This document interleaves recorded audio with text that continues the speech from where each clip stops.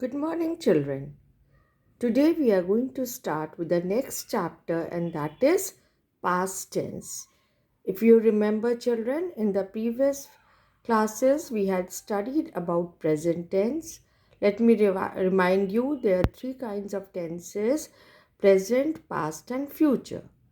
Present means something which is going on at the moment. Past, something which is already finished, done and finished with. So in this chapter, we are going to study about the past tense. As you can see in the table, past tense, what do we do? What is the sentence structure? Subject plus second form of the verb and object. For example, I invited all my friends. In this sentence, I is the subject, invited is the second form of the verb, and object is my friends to tea. And the negative one will be subject plus did not plus V1 form of the verb and the object. For example, I did not invite all my friends to tea. Now, children, same way for interrogative questions, we start with did, and this is which type of interrogative? Yes, no. So, did plus subject plus V1 form of the verb plus object and a question mark. For example, did I invite all my friends to tea? And for WH word question, WH word plus did, then subject, then first form of the verb and object. Who did I invite to tea? And in the interrogative negative, what will happen? Instead of did, we will use did not. And interrogative negative question, did plus subject plus not plus V1 form of the verb and object, or WH word, instead of did we will write didn't plus subject plus V1 form of the verb and object, and at last which mark we put after an interrogative question, that is known to all, and that is a question mark.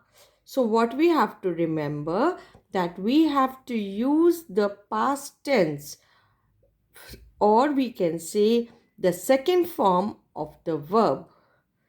It is now, what is the use? It is used to express actions that took place sometimes in the past and are over now, means they are finished. These actions might have occurred at some moment, or they might have taken a period of time, but they have already finished. They do not have any connection with the present time. For example, the fire broke out in the morning. Broke out is the past tense. We stayed at Kathmandu for 2 weeks. In this sentence, we can see that we are talking about a period of time, but that is also, the action is also over, and it has nothing to do with the present time. This tense also expresses some past habit if preceded with certain adverbials. For example, I always studied at night, and she never worked at night. In these two examples, we can see that we are talking about some past habit. Next page, children. See this one. Had can be used as main verb in the simple past tense. For example, I had a raincoat with me, but the raincoat did not have a cap. Here you can see that had is used as the main verb in the sentence. Now, some other uses of past tense. Used to. Used to form is used to show some past habit. I used to do this means I am not doing it at the present moment, but I used to do it. मैं ऐसा करता था. The sentence structures you can see for affirmative, subject plus used to plus V1 form of the verb and object. He used to live here. And for the negative one, what will happen, children? He never used to live here. Now, used to suggest that something was true or happened for some period in the past but has stopped being true or happening at the time of speaking.